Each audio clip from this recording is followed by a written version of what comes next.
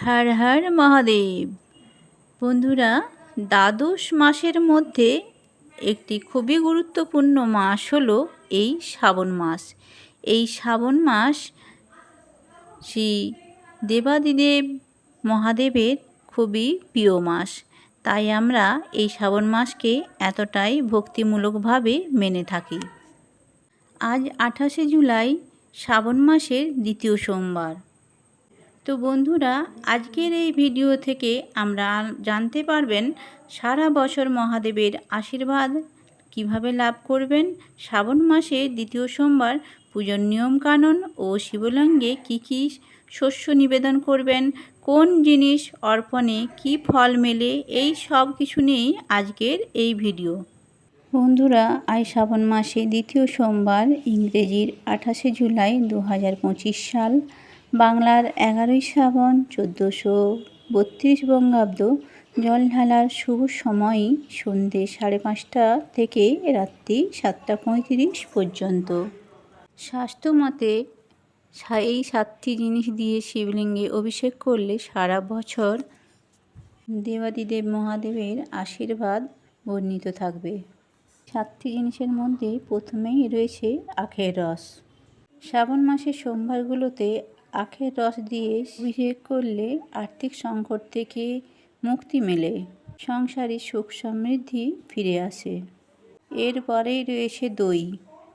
দই দিয়ে অভিষেক করলে মহাদেব ভীষণ তুষ্ট হন, নিজের ভক্তদের সমৃদ্ধি ও সম্পদ বিস্তারে সাহায্য করেন। এরপরেই রয়েছে ঘি আর মধু। ঘি আর মধু দিয়ে শিবলিঙ্গ অভিষেক করা অত্যন্ত শুভ বলে মনে করা হয়। এর ফলে আমাদের জ্ঞানত ও অজ্ঞানত সমস্ত পাপ ধুয়ে মুছে যায়। শ্রাবণ মাসের সোমবারগুলোতে আপনারা সর্ষের তেল দিয়েও অভিষেক করতে পারেন। শোনা যায় এতে শত্রু নাশ হয়। শ্রাবণ মাসের সোমবারগুলোতে শিবলিঙ্গে অভিষেক করার সময় জলের মধ্যে দুধ ও চিনি অবশ্যই মেশানো উচিত। এর ফলে জীবনে সমস্ত দুঃখ কষ্ট নষ্ট হয়ে যায়। সুগন্ধি মিশ্রিত জল দিয়েও শ্রাবণ মাসের সোমবারগুলোতে অভিষেক করতে পারেন। এর ফলে রোগ দূর হবে এবং সুস্বাস্থ্যের অধিকারী হবেন। এছাড়া দাম্পত্য জীবনে কোনো কলহ থাকলে তারও অবসান ঘটবে বলেই মনে করা হয়। এবার আমরা জেনে নেব শিব পুজোর প্রধান উপকরণগুলো কি কি। প্রধান উপকরণগুলো হলো দুধ, ঘি, দই, মধু, চিনি, গঙ্গা জল, বেলপাতা, দুব্বা, ধুতরা ফুল, আকন্দ ফুল ও তার মালা, পৈতে, সিদ্ধি, 5 রকমের ফল, ধূপ, প্রদীপ, কর্পূর। এবার আমরা জেনে নেব শিবলিঙ্গে নিবেদন করার জন্য কি কি শস্য নেব। শিবলিঙ্গে নিবেদন করার জন্য আমরা এখানে নিয়ে নেব সাদা বা কালো তিল, অড়হর ডাল ও ছোলার ডাল। বন্ধুরা, আপনারা অনেকেই আছেন যারা সারা শ্রাবণ মাস ধরেই নিরামিষ আহার গ্রহণ করে থাকেন, কিন্তু যারা এই সারা মাস ধরে নিরামিষ আহার গ্রহণ করতে পারেন না, সেক্ষেত্রে আপনারা সোমবার করার আগে অবশ্যই কিন্তু রবিবার দিন নিরামিষ আহার গ্রহণ করবেন। আর সোমবার ও সকালে উঠে ভোর ও প্রাতকালে জলের মধ্যে একটু গঙ্গা জল মিশিয়ে স্নান করে নেবেন।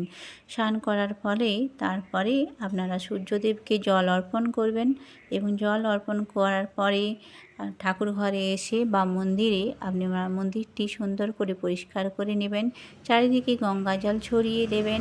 সাথে সাথে পারলে আপনারা ঠাকুর ঘরটি সুন্দর করে ফুল দিয়ে সাজিয়ে নিতে পারেন। এখন আমরা জেনে নেব মহাদেবের বাড়িতে পুজোর কিছু নিয়মকানুন। প্রথমেই আপনারা বাড়ির ইষ্ট দেবতা বা ঠাকুরের পুজো করবেন। তারপরে মহাদেবের শিবলিঙ্গ একটি পাত্রের মধ্যে নিয়ে প্রথমে গঙ্গা জল, সাদা জল মিশিয়ে আগে আপনারা শিবলিঙ্গকে স্নান করিয়ে নেবেন। শিবলিঙ্গ স্নান করিয়ে একটি পরিষ্কার বস্ত্রে ভালো করে আস্তে আস্তে করে মুছিয়ে তারপরে আপনারা ঘি আর মধু দিয়ে শিবলিঙ্গের অভিষেক করবেন। এরপর চন্দন দিয়ে তিলক করুন, আকন্দ ফুলের মালা পরিয়ে দিন। পৈতে থাকলে পৈতাও বাবার শরীরে পরিয়ে দিতে পারেন। চন্দন সহযোগে ফুল, বেলপাতা, আকন্দ ফুল সব কিছু বাবার পায়ে অর্পণ করুন। মুদ্রা ফুল, আকন্দ ফুল, কলকে ফুল এই সমস্ত ফুলগুলো বাবার ভীষণ প্রিয়। আর মনে রাখবেন বাবার হলুদ রঙের ফুল খুবই প্রিয়। সেক্ষেত্রে আপনারা কলকে ফুল আর গাঁদা ফুল কিন্তু এখানে বাবার পায়ে অর্পণ করতে পারেন। তারপর এখানে 5 রকমের ফলাহার দিন বাবার মাথায় ছুঁইয়ে আপনারা পাশে রেখে দেবেন। চাইলে বাড়িতেও জল ঢালতে পারেন, আবার মন্দিরে গিয়েও জল ঢালতে পারেন। তো মন্দিরে গিয়ে জল ঢালতে গেলে আপনাদেরকে প্রয়োজনীয় উপকরণগুলো ঠিকমতো হাতের কাছে সব কিছু একসাথে গুছিয়ে নেবেন। পুজোর সময় এই সমস্ত জিনিসকে গঙ্গা জল ছিটিয়ে শুদ্ধ করে নেবেন। মন্দিরে জল ঢালতে গেলে আপনার প্রয়োজনীয় উপকরণগুলি নিয়ে যেতে ভুলবেন না, যেমন দুধ, দই, ঘি, মধু, আকন্দ ফুলের মালা, ধূপ, পৈতে, সিদ্ধি সব কিছুই আপনারা সাথে করে নিয়ে যাবেন। বন্ধুরা, পুজো শেষ না হওয়া পর্যন্ত আপনারা উপবাস থাকবেন। আর পুজো শেষ হওয়ার পরে আপনারা যদি নির্জলা উপবাস না থাকতে পারেন, সেক্ষেত্রে ফল, দুধ, দই, ফলাহার, মিষ্টান্ন গ্রহণ করেই উপোস ভাঙতে পারেন।